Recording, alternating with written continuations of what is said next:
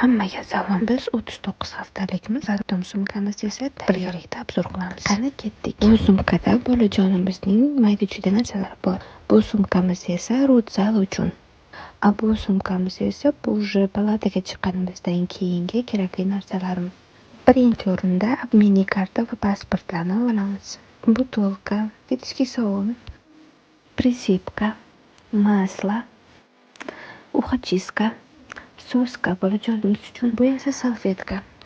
Rutsal uchun pijama, ichki buyumlar va noski so'yganman bu yerda. Anaraji plyonka, послеродовой прокладкалар, влажный salfetka, сухой salfetka, bolajonimiz uchun pampers, plyonkalar mana shunaqa komplekt nabor kiyimcha, noskichalar bilan suv tushadigan salfetka.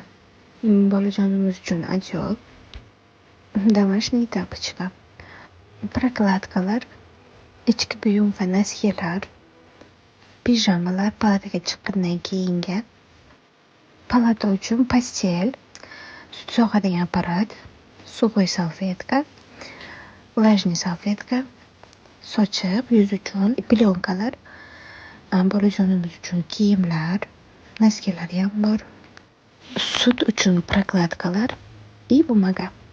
Qolgan narsalarim hammasi mana shular. Agar kamchiliklari bo'lsa kommentariyada yozib qoldiringlar.